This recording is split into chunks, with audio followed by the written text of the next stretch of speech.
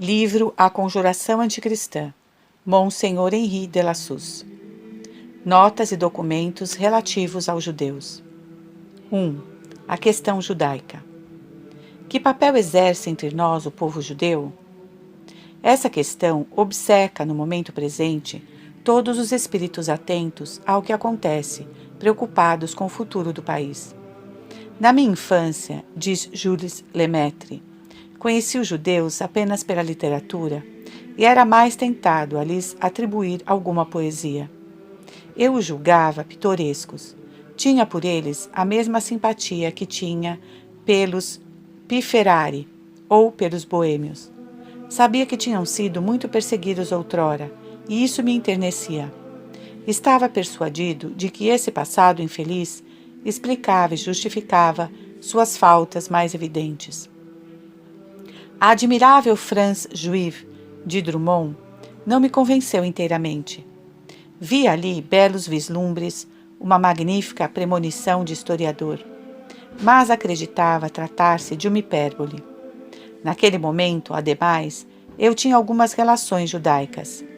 E quando tinha que falar sobre Israel nos meus folhetins, a propósito de uma peça de teatro ou de um romance, eu o fazia com extrema moderação e com afetação de imparcialidade.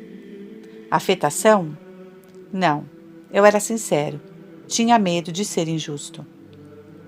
Esse estado de espírito era exatamente o da maioria dos franceses há alguns anos. Hoje é completamente diferente. Os judeus, é sempre o acadêmico Jules Lemaitre quem fala, não digo todos, mas a maioria, e em todo caso aqueles que vemos, que conhecemos e que fazem barulho, são abertamente, há cerca de uma década, os cúmplices ativos ou mesmo os inspiradores e os mestres do regime político mais infame e mais ofensivo para nós. Daquele regime que simultaneamente mais excitou e enganou os apetites, e o que mais desarmou a defesa nacional e o que mais odiosamente perseguiu a Igreja de França. O espírito maçônico é, como se sabe, propriamente o espírito judeu. É por demais claro que, tomado na sua totalidade, o espírito judeu, que implica o ódio à Igreja, a bárbara utopia coletivista e o internacionalismo, não pode senão ser malfazejo para nós. Povo bizarro, paradoxo da história, sua pátria não mais existe há quase 2000 anos. Existe não sei o que neles, que os impede de adotarem sinceramente uma outra e de nela se fundirem, de maneira que eles se tornam inquietantes e incômodos para todas as pátrias.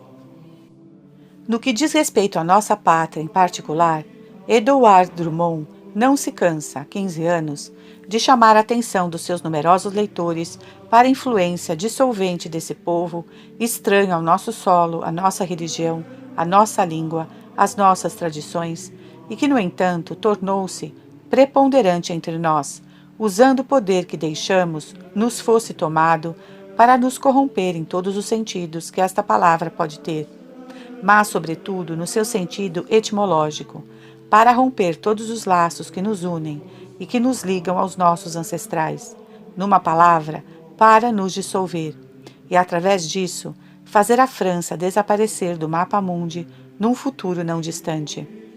Dizendo isso, somos apenas o eco do próprio judeu.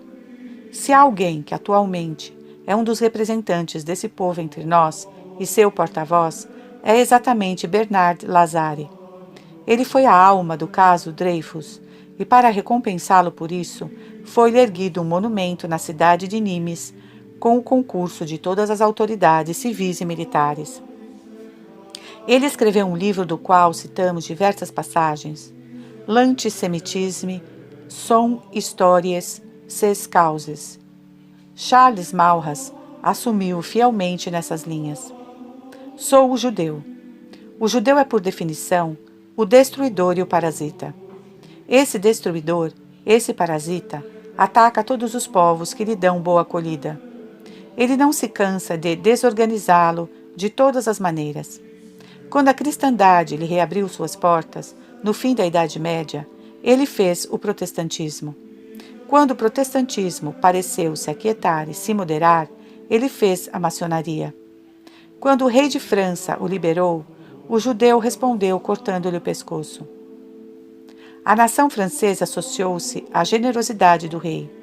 O judeu obstinou-se em arruinar tudo o que compõe essa nação. A Europa imitou a França. O judeu pôs-se a drenar o dinheiro da Europa e a semear entre todos os povos a revolução social. Enfim, a França acreditou desarmar a judiaria, confiando-lhe sua fortuna e seu governo, seu ensino, sua magistratura, seu exército, seu comércio e até a preocupação de adverti-la. Os judeus respondem colocando sua benfeitora em liquidação, sendo essa sua função natural e fatal. Isso significa que devemos votar aos judeus o ódio do cristão e particularmente o do francês? Deus nos livre disso. Fazemos nossa a declaração que Gougenot de Mousseau colocou no início do seu livro Le Juif, le Judaïsme et la Judaisation d'un peuple chrétien, para prevenir qualquer falsa interpretação do seu pensamento. Sempre que uma qualificação especial não modificar nosso sentido, o judeu será para nós não um rebento qualquer do povo de Judá, mas o homem da ortodoxia farisaica, o fiel das selvagens e insociáveis tradições do Talmude. Nossas intenções formais são de fazer compreender, sob o nome puro e simples de judeu, apenas o puro sectário do Talmude. Admitimos mesmo de todo o coração, até nessa categoria de puros ortodoxos, exceções tão honrosas e tão numerosas quantas a razão do leitor lhe permitir fazer. O que hoje se chama de antissemitismo quer dizer a oposição aos judeus, à sua ambição de dominar o gênero humano e aos meios que empregam para chegar a esse império universal, não nos deve fazer esquecer aquilo que eles foram, nem também aquilo que, segundo as Sagradas Escrituras, eles serão um dia. Coisa que o padre Mustel expôs muito bem.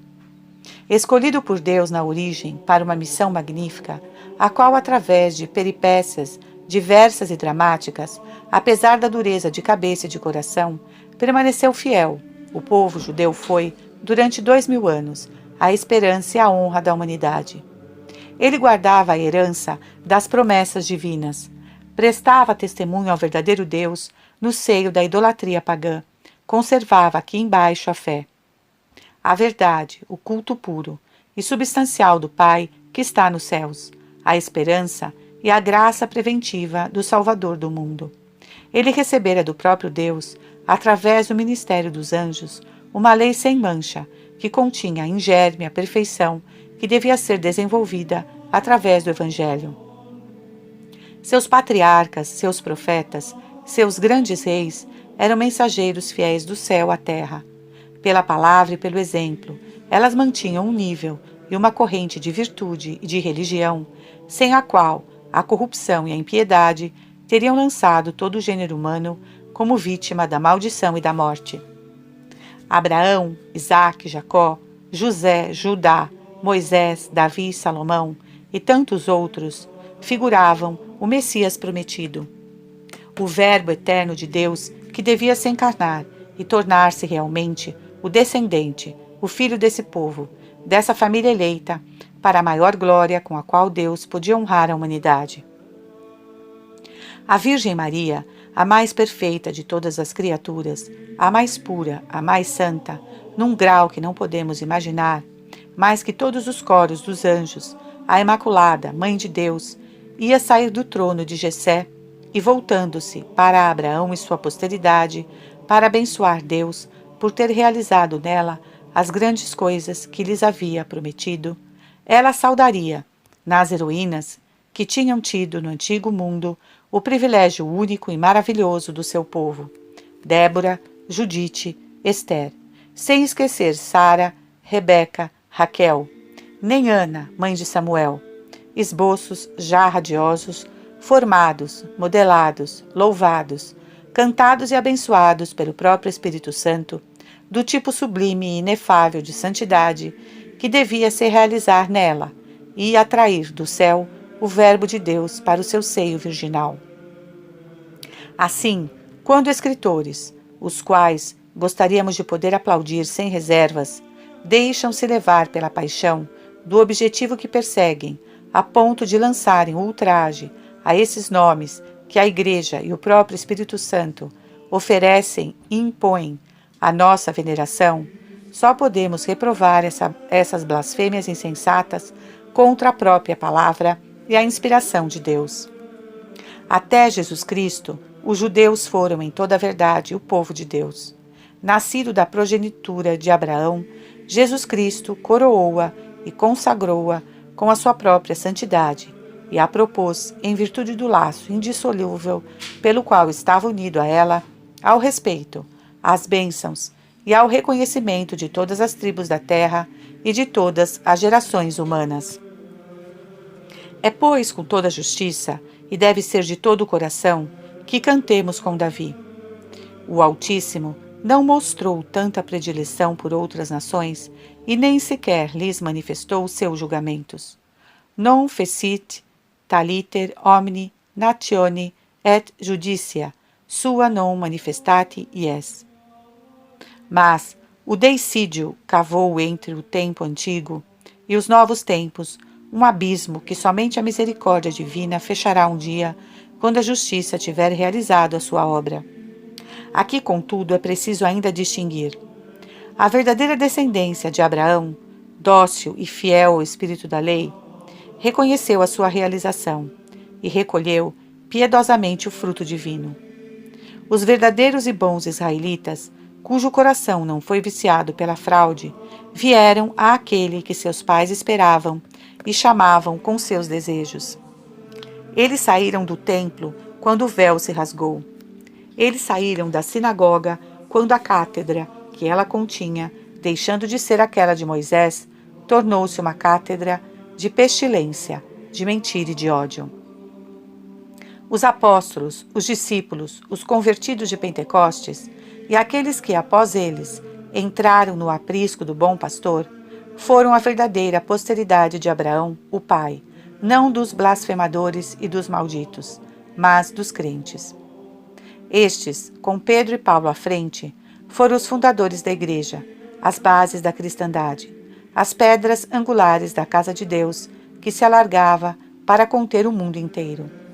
Eles são nossos pais na fé e nós descendemos deles, não pelo sangue, nem pela carne, mas pelo Espírito, pela seiva de fé e de caridade que deles passou para nós, quando fomos enxertados nessa haste cuja raiz mergulha no coração do próprio Jesus.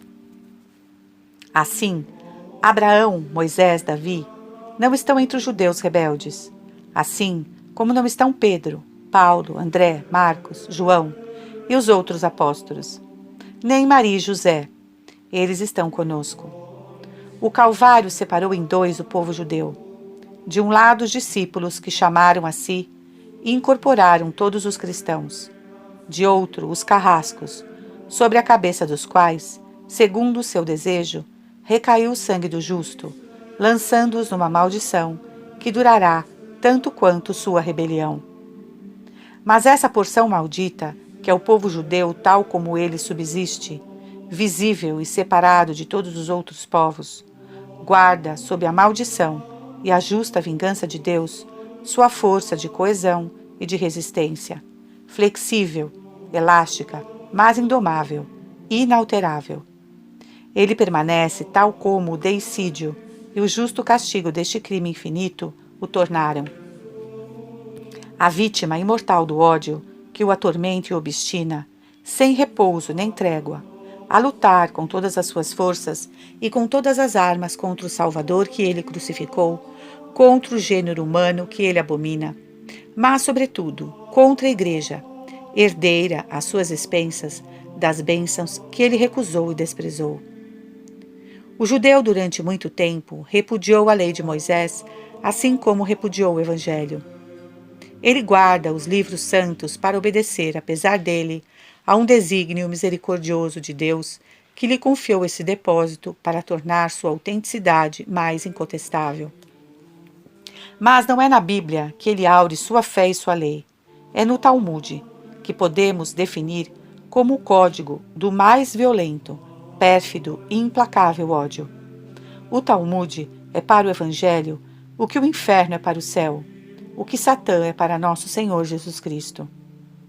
Há 18 séculos, esse ódio tem inspirado, dominado esse povo, o mais tenaz, o mais incompreensível dos povos. Seu ódio tomou todas as formas, dissimulou-se e infiltrou-se, com uma habilidade igual à sua constância, em todas as revoltas do espírito humano contra Deus, seu Cristo e sua Igreja. O judaísmo introduziu-se, no início, na própria Igreja, para levar à agitação, à divisão e à heresia. Essa foi a obra de Simão, o mago, dos gnósticos, de Manés e dos seus aderentes, ou êmulos. Mais tarde, o judeu favorece, quando não inspira, todas as heresias. Quanto mais estudamos de perto sua ação, mais o vemos misturado a toda a resistência contra o Espírito de Deus. Na Idade Média, o judeu trai aos cristãos em proveito dos maometanos, que não obstante o desprezam e o maltratam, na Espanha como no Oriente. Ele está com os albigenses contra os católicos, como estará com os protestantes, como ele está com os livres pensadores, os jacobinos, os socialistas e os franco-maçons, como ele está hoje com os nihilistas na Rússia. Ele está como o abutre em todos os campos de batalha, não para lutar, mas para se fartar com a carnificina. No entanto, a Igreja sempre protegeu o judeu contra as indignações legítimas, mas excessiva, dos povos que ele explorou, enganou ou traiu. Ela conhecia tudo o que ele trama incessantemente contra a fé e contra os fiéis. O judeu cabalista, o judeu da magia negra, era-lhe conhecido como judeu usurário, espião ou traidor. Mas ela não esqueceu a antiga glória. Ela espera a conversão prometida desse povo, no qual ela honra, apesar de tudo, os fragmentos daquilo que foi a nação escolhida, o povo de Deus. Entretanto, era uma mãe prudente, e a regra que inspirava sua conduta e sua legislação relativamente aos judeus era esta: é preciso deixar-lhes a vida e a segurança, mas é preciso impedir-lhes que assumam algum império sobre os cristãos. Se essa legislação tão sábia não tivesse sido repudiada pelos governos modernos, a questão judaica não existiria.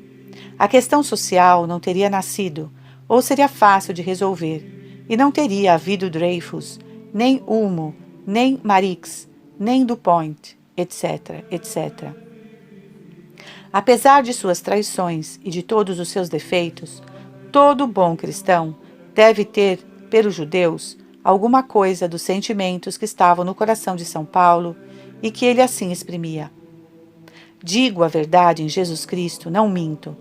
A minha consciência me dá testemunho pelo Espírito Santo. Sinto grande pesar, incessante amargura no coração, porque eu mesmo desejaria ser reprovado, separado de Cristo, por amor de meus irmãos, que são do mesmo sangue que eu, segundo a carne. Eles são os israelitas. A eles foram dadas a adoção, a glória, as alianças, a lei, o culto, as promessas e os patriarcas. Deles descende Cristo, segundo a carne, o qual é sobre todas as coisas, Deus bendito para sempre. Irmãos, o desejo do meu coração e a súplica que dirijo a Deus por eles são para que se salvem. Romanos 9:10. 2. A lei dos judeus desde a dispersão. Desde Cristo até nossos dias, é no Talmude e não na lei de Moisés que o judeu aure a única e verdadeira ortodoxia jurídica. Um autor israelita bem conhecido, Singer, disse com toda razão: aqueles que se vangloriam, em razão da Bíblia, de nos conhecerem, estão em completo erro. São as obras que compõem o imenso edifício da legislação talmúdica que regulamentam a vida religiosa dos judeus, desde a primeira respiração até o último suspiro. É, pois, grandemente errado que se considere o Antigo Testamento como sendo o código religioso dos judeus atuais. Este código é o Talmud, que, como observou Chiarini, só é próprio para fazê-lo perder o bom senso e a corromper-lhe o coração com o nome do Eterno. Monsenhor Meslin Leslius Santos, tomo 3, página 549. O Talmud, disse por seu turno o grande rabino Trenel, diretor do seminário rabínico, teve em todos os tempos detratores violentos e apologistas apaixonados. Durante 2000 anos, ele foi e ainda é um objeto de veneração dos israelitas, para os quais ele é o código religioso. Que é, pois, o Talmud? O Talmud é uma coletânea iniciada há cerca de 150 anos após a morte de Nosso Senhor Jesus Cristo por um rabino chamado Judá, continuada por outros rabinos e terminada somente no fim do século V. Eis, segundo um sábio rabino judeu, convertido ao catolicismo, Drash, o que devemos pensar a respeito. Nós, que por Estado ensinamos durante muito tempo o Talmud e explicamos sua doutrina, após termos seguido um curso especial durante longos anos com os doutores israelitas mais renomados desse século, nós falaremos dele com conhecimento de causa e imparcialidade. Diremos o que o recomenda e o que o condena. Talmud é um termo hebreu rabínico que significa doutrina, estudo. Ele designa, mais particularmente, o grande corpo de doutrina dos judeus, no qual trabalharam sucessivamente e em diferentes épocas os mais acreditados doutores de Israel. É o código completo, civil e religioso da sinagoga. Seu objeto é explicar a lei de Moisés conforme ao espírito da tradição verbal. Se o leitor judicioso do Talmud tem frequentemente oportunidade de se afligir com as estranhas aberrações nas quais pode cair o espírito humano privado da verdadeira fé, se mais de uma vez as torpezas do cinismo rabínico obrigam o pudor a esconder sua face, se a Igreja está revoltada com as atrozes e insensatas calúnias que o ódio ímpio dos fariseus ali espalha sobre todos os objetos da sua veneração religiosa, o teólogo cristão recolhe no Talmud informações e tradições preciosas para a explicação de mais de um texto obscuro do Antigo Testamento e para convencer seus adversários religiosos acerca assim da antiguidade como da santidade dos dogmas católicos. Existem duas redações do Talmud, a de Jerusalém e a da Babilônia, composta para reformar os defeitos da primeira. O Talmud da Babilônia, diz Achille Laurent, um dos membros da Sociedade Oriental que mais aprofundou nesses últimos tempos a questão judaica, é o único a ser seguido. Ele forma uma coleção que não tem menos de 12 volumes, em fólio. É o código religioso dos judeus modernos, bem diferente daquele dos antigos judeus. É aí que estão encerradas todas as crenças, e quando se tem a coragem de percorrer essa imensa coletânea, encontra-se as causas sempre ativas dos povos contra os restos dispersos de Israel. É desse comentário que se derivaram as quimeras da Cabala, os perigosos erros da magia, a invocação dos bons e dos maus espíritos, um enorme amontoado de erros morais e uma teologia emprestada da Caldeia e da Pérsia. O comentário destrói a lei pelos princípios de ódio que contém contra todos os homens que não fazem parte daquilo que ele chama de povo de Deus. Foi dessa maneira que o Talmud se tornou o provocador supremo dos mais antissociais costumes e o inspirador de um ódio furioso contra os cristãos. Drash nos ensina que depois que o conhecimento da língua hebraica se espalhou na Europa, os impressores judeus tomaram a precaução de suprimir as passagens que contêm horrores e recomendações detestáveis contra os cristãos e o cristianismo, deixando lacunas nesses lugares. E para remediar essas lacunas, os rabinos ensinam verbalmente o que elas indicam. Algumas vezes também, eles restabelecem tais supressões à mão nos seus exemplares. Isso aconteceu, diz ele, no exemplar do Talmud que possuo. O Talmud tem sobretudo a finalidade de inculcar nos judeus essa fé de que eles compõem uma etnia superior, destinada a dominar sobre todo o universo e a dar-lhes os meios para chegarem a essa dominação. Os políticos sensatos, escrevia Mercier, no ano de 1786, não souberam prever as desagradáveis consequências que poderia ter a súbita explosão de um povo numeroso e inflexível nas suas opiniões, cujas ideias, contrastando fortemente com as dos outros povos, tornavam cruéis e fanáticas a sua lei e as promessas pomposas que remontavam à origem do mundo, porque a terra lhes pertencia e os outros povos não eram, aos olhos deles, senão usurpadores. Os judeus, considerando-se um povo anterior aos cristãos e criado para subjulgá-los, reuniram-se sob um chefe, ao qual repentinamente atribuíram todo o maravilhoso criado para desestabilizar as imaginações e dispô-las às maiores e mais extraordinárias resoluções. Eles compunham então na Europa uma multidão esparsa que podia chegar a 12 milhões de indivíduos, e os judeus espalhados no Oriente, na África, na China e mesmo nas partes interiores da América, acorrendo ou enviando socorros, a primeira invasão foi violenta. Seria preciso preparar a invigilância política dos séculos precedentes, e nós teríamos necessidade de sabedoria, constância e firmeza para decompor esse fanatismo ardente, para apaziguar essa fermentação perigosa e reduzir os judeus daí para frente e ganharem sua vida numa absoluta tranquilidade. Essa fermentação, essa explosão do poder judeu, pressentida por Mercier em 1786, nós a vemos em plena atividade. Faz um século, com a ajuda da Revolução, os judeus puseram-se a perseguir, com novo ardor, o ideal de sua etnia e a dominar, para tanto, todas as forças vivas dos povos que tiveram a imprudência de admiti-los no seu seio em pé de igualdade, usando relativamente a eles a moral cristã, ao passo que os judeus não conhecem senão a moral talmúdica.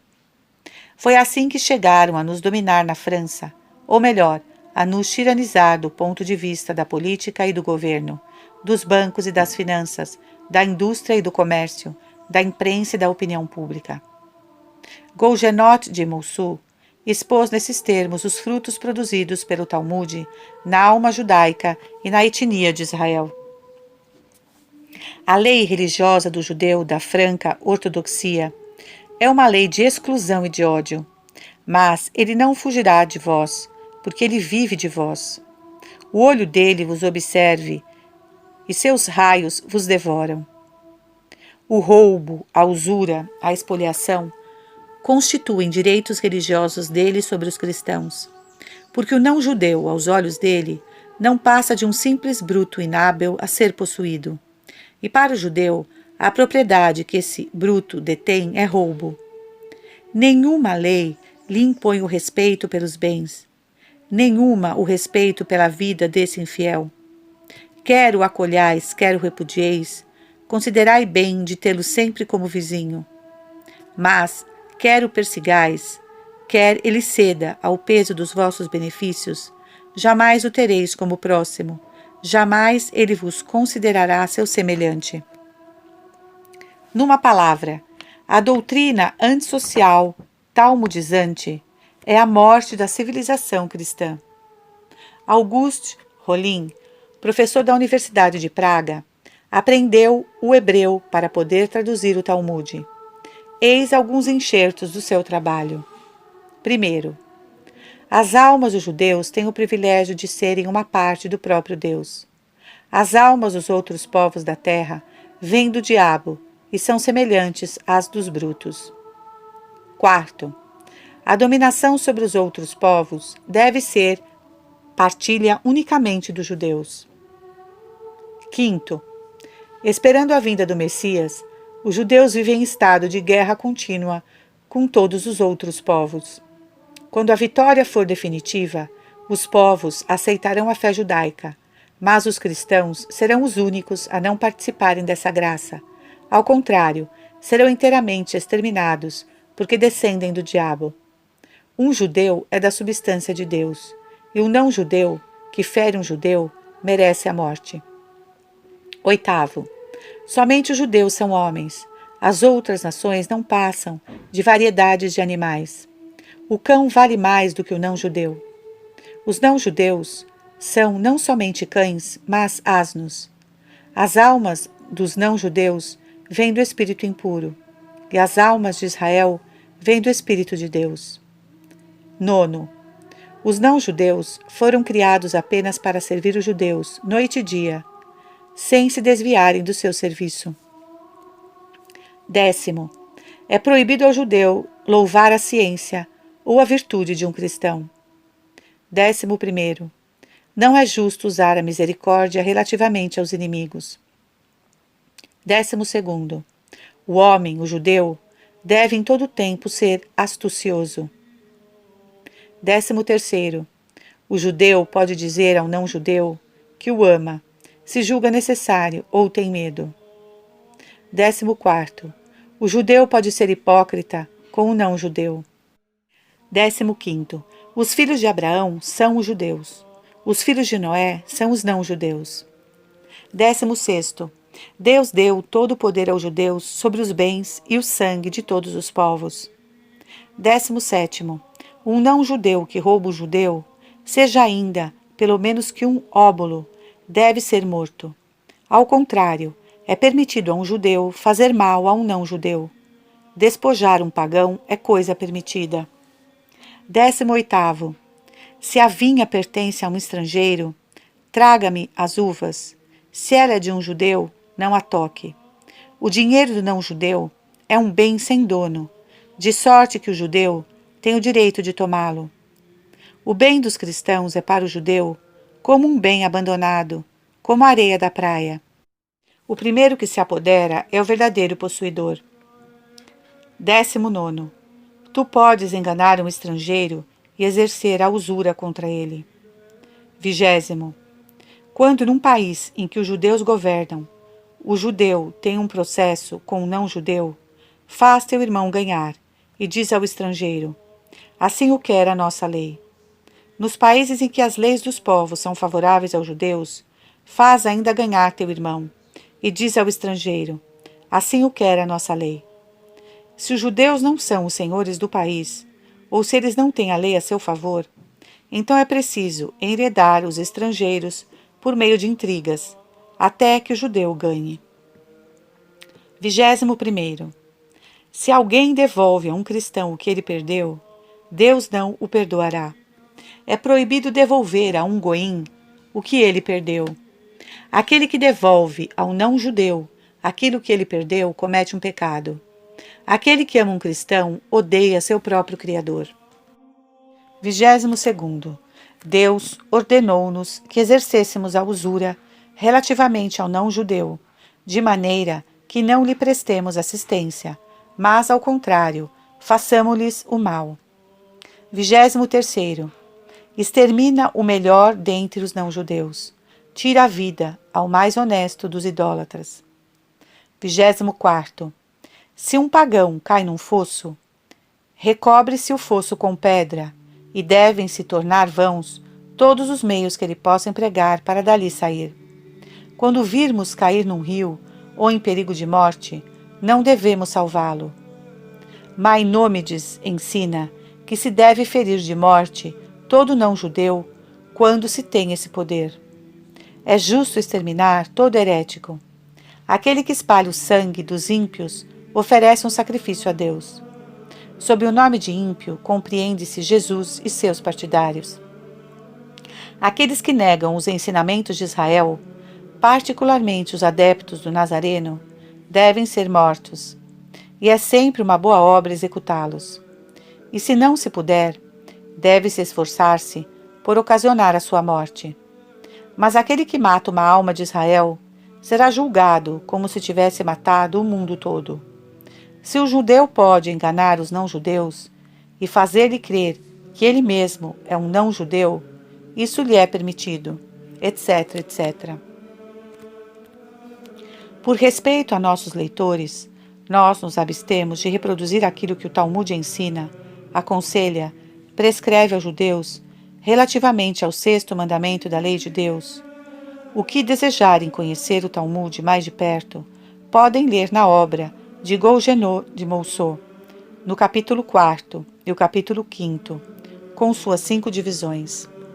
Semelhante código foi e devia ser a fonte da degradação do povo judeu e também o ódio e desprezo com que os outros povos o atormentaram. O homem age em todas as coisas segundo a sua crença. Aquilo em que crê com sinceridade passa dia a dia e frequentemente sem que o perceba para os seus atos.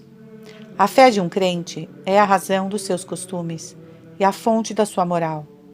Entre os judeus, para os quais, durante uma longa sequência de séculos, a fé e a lei foram uma só e mesma coisa, entre esse povo que só vivia para a sua religião, o Talmud foi o supremo estimulante dos mais antissociais costumes. 3. Carta de Simonini a Barruel.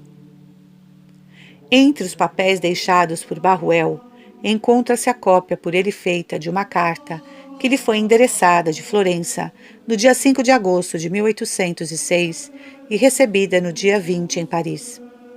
O original, como veremos, foi enviado ao Papa Pio VII. Outras cópias autênticas foram feitas e endereçadas a vários bispos.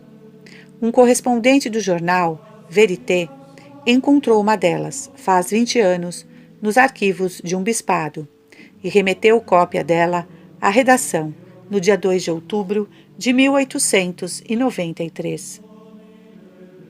O bispo dessa diocese comunicara esse documento, em 1822, a um célebre convertido e havia escrito em cima: N. Não é necessário devolver-me essa cópia, que X me pediu lhe transmitisse. Aquele a quem essa comunicação foi feita, devolveu o documento ao bispo em 9 de maio de 1822, com uma carta, cujo original se encontra nos mesmos arquivos, e na qual lêem-se as seguintes linhas: Tenho a honra de devolver à vossa grandeza os papéis que quisestes transmitir-me da parte de X. A carta de Florença, relativa aos judeus, eu já a conhecia. O Marquês de Montmorency m'a havia mostrado em Paris. A Civiltà Católica publicou-a na edição de 21 de outubro de 1881 e diz que o original da carta de Simonini, assim como a carta de remessa de Barruel ao Papa, encontram-se nos arquivos do Vaticano. Eis o documento. J. M. Florença, 5 de agosto de 1806.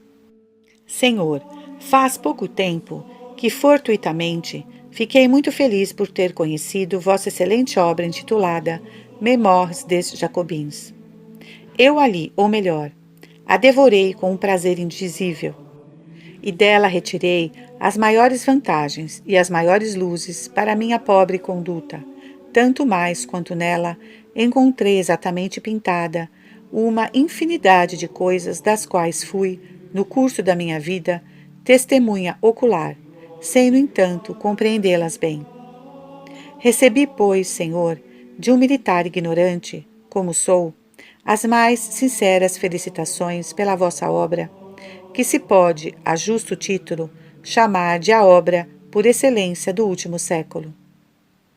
Ó, como bem desmascarastes essas seitas infames que prepararam os caminhos do anticristo, e são inimigas implacáveis, não somente da religião cristã, mas de todo o culto, de toda a sociedade, de toda a ordem. Há uma, entretanto, da qual falastes apenas ligeiramente. Talvez o tenhais feito expressamente, porque ela é a mais conhecida, e por conseguinte, a que menos se deve temer. Mas, segundo penso, é hoje o poder mais formidável, se consideram suas grandes riquezas e a proteção de que ela goza em quase todos os estados da Europa. Compreendeis bem, Senhor, que falo da seita judaica. Em tudo ela parece inimiga e separada das outras seitas, mas realmente não o é. Com efeito, basta que uma dessas se mostre inimiga do nome cristão para que ela a favoreça, a suborne e a proteja. E não a vemos ainda prodigalizar seu ouro e seu dinheiro para sustentar e favorecer os modernos sofistas, os franco-maçons, os jacobinos, os iluminados? Os judeus, pois, com todos os outros sectários, formam uma só facção para aniquilar, se for possível, o nome cristão. E não creiais, Senhor, que tudo isso seja exagero de minha parte. Nada adianto que não me tenha sido dito pelos próprios judeus, e eis como. Enquanto no Piemonte, onde nasci, estava em revolução, tive oportunidade de frequentar casas de judeus e de tratar confidencialmente com eles. Eles, no entanto, foram os primeiros a me procurarem, e eu, como não era então escrupuloso, fingi ligar-me a eles por estreita amizade, e cheguei a dizer-lhes, rogando-lhes o mais rigoroso segredo, que tinha nascido em Livorno, de uma família de hebreus, mas que, menino ainda, tinha sido educado não sei por quem, que não sabia mesmo se tinha sido batizado e que, embora exteriormente vivesse e agisse como os católicos, no meu interior pensava como os da minha nação, pela qual havia sempre conservado um terno e secreto amor. Então eles me fizeram as maiores ofertas e me concederam toda a confiança. Prometeram fazer-me general, se eu quisesse entrar na seita dos franco-maçons. Mostraram-me quantidade de ouro e de dinheiro que distribuíam. Disseram para aqueles que abraçavam o seu partido e quiseram presentear-me, a todo custo, com 3 armas decoradas com os signos da franco-maçonaria, que aceitei para não os desgostar e para incitá-los, cada vez mais, me contarem seus segredos. Eis, pois, aquilo que os principais e os mais ricos judeus me disseram em diversas circunstâncias. Primeiro, que Manés e o infame velho da montanha tinham saído da nação deles. Segundo, que os franco-maçons e os iluminados tinham sido fundados por 2 judeus, cujos nomes me disseram, mas que, por desgraça, me escaparam da memória. Terceiro, que numa palavra, deles tinham originado todas as seitas anticristãs, que eram no momento tão numerosas no mundo, a ponto de chegarem a vários milhões de pessoas de todo sexo, estado, nível e condição. Quarto, que só na nossa Itália eles tinham como partidários mais de 800 eclesiásticos, tanto seculares quanto regulares, entre os quais muitos curas, professores públicos, prelados, alguns bispos e alguns cardeais, e que dentro em pouco não perdiam a esperança de ter um papa a favor deles. Supondo-se que seja um cismático, a coisa torna-se possível.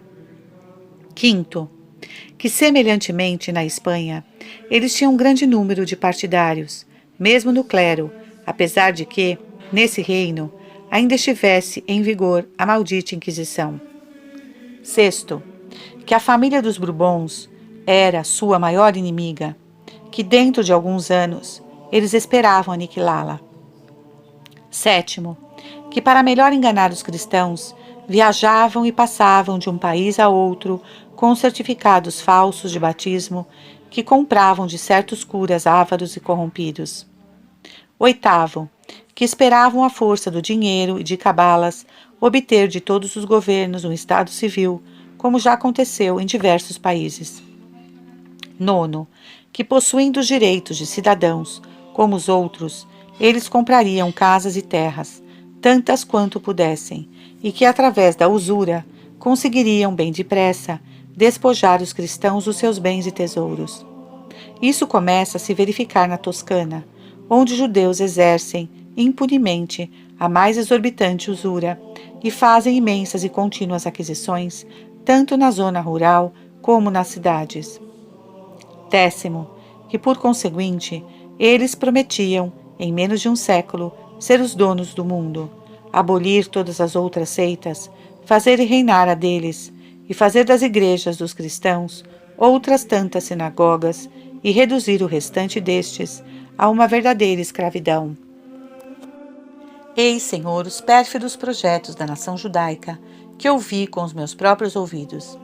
Sem dúvida é impossível que possam realizá-los todas, porque são contrários às promessas infalíveis de Jesus Cristo à sua Igreja e às diversas profecias que anunciam claramente que esse povo, ingrato e obstinado, deve permanecer errante e vagabundo, no desprezo e na escravidão, até que conheça o verdadeiro Messias que crucificou e faça nos últimos tempos a consolação da Igreja, abraçando a fé.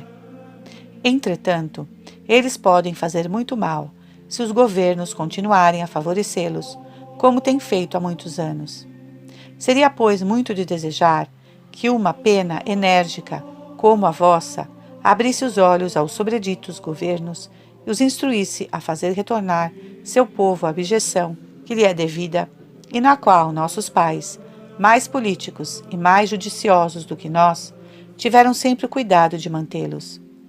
É a isso, Senhor, que particularmente vos convido, no meu nome particular, rogando-vos que perdoeis a um italiano, a um militar, os erros de gramática que encontrardes nesta carta. Eu vos desejo da mão de Deus a mais ampla recompensa pelos escritos luminosos com os quais tendes enriquecido a Igreja, e que ele inspire para vós, de quem os ler, a mais alta estima e o mais profundo respeito, nos quais tenho a honra de ser, Senhor, vosso muito humilde e obediente servidor. Jean-Baptiste Simonini. PS. Se neste país ou puder vos servir em alguma coisa, e se tiverdes necessidade de novas luzes sobre o conteúdo da presente, fazei-mo saber e vos obedecerei. Notas acrescentadas por Barruel à cópia desta carta. Nota 1. Refletindo a respeito, o objetivo desta carta pareceria inacreditável, e quanto ao menos insã crítica, ele exigiria provas impossíveis de obter. Eu me abstive de publicar algo semelhante. No entanto, acreditei dever comunicá-la ao cardeal Fesch, a fim de que dela fizesse uso, junto ao imperador, conforme melhor lhe aprouvesse. Fiz o mesmo relativamente a Desmarets, para que dela falasse ao chefe da polícia se julgasse útil. Creio ter melhor agido, nada publicando de semelhante. Era meu intuito, ao colocar aquelas pessoas a par desta carta, impedir o efeito que pudesse ter o sinédrio convocado em Paris pelo imperador. Ela produziu tanta impressão em Desmarets que ele se encontrava então ocupado em pesquisas sobre a conduta dos judeus, os quais, disse-me ele, eram bem piores na Alsácia do que na Toscana. Ele quisera guardar o original. Eu o recusei, reservando-me para enviá-lo ao Papa, como fiz, rogando-lhe que levasse a Simonini as informações convenientes para saber o grau de confiança que sua carta merecia. Alguns meses mais tarde, Sua Santidade fez-me escrever através do padre Teta, seu secretário, que tudo anunciava a veracidade e a probidade daquele que me mostrara tudo aquilo de que dizia ter sido testemunha. Depois disso, não me permitindo as circunstâncias entrar em contato com Simonini, julguei dever guardar sobre o objeto da sua carta profundo silêncio, bem certo de que, se não acreditassem em mim, melhor valia nada ter dito. Nota 2. À chegada do rei, encaminhei-lhe uma cópia da carta.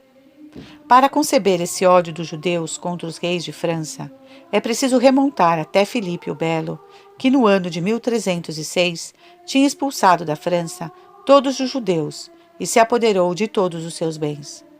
Daí, como consequência, causa comum com os templários. Origem de grau de Cadoc. Nota 3. Soube, através de um franco-maçom iniciado nos grandes mistérios da seita, que nela havia muitos judeus, sobretudo nos altos graus. Já não se realizou tudo o que está demonstrado nesta carta escrita nos primeiros dias do século XIX, e não está tudo isso sob os nossos olhos no início do século XX? Quem dirá em que medida as riquezas dos judeus aumentaram e qual a influência que eles exercem hoje em todos os estados da Europa? Ademais, não é também evidente que eles protegem, favorecem e subornam tudo quanto é inimigo do nome cristão? O Estado civil que lhes permite pertencer simultaneamente a duas nacionalidades, a deles e àquela na qual entraram, eles obtiveram sucessivamente de todos os governos que acolheram no seu seio os princípios de 89. Vemos muito bem o uso que eles fazem dessa situação. Eles se propuseram e conseguiram despojar aqueles que tão benevolamente lhes abriram os braços. E como predisseram, em menos de um século, eles se tornaram nossos senhores. Eles entreveem o dia em que serão os senhores do mundo. Como queriam, a família dos Bourbons foi expulsa de todos os estados em que reinava. Na ordem religiosa, não obtiveram tudo o que desejavam. Mas que não fizeram eles? Enfim, não é sinistramente interessante comparar o que está dito neste documento? Eles não desanimam de, em pouco tempo, ter um papa do partido deles. Com aquilo para o que a alta venda foi principalmente constituída, cerca de 25 anos antes da remessa dessa carta? Que se releiam acima os escritos de Núbios e dos outros conjurados.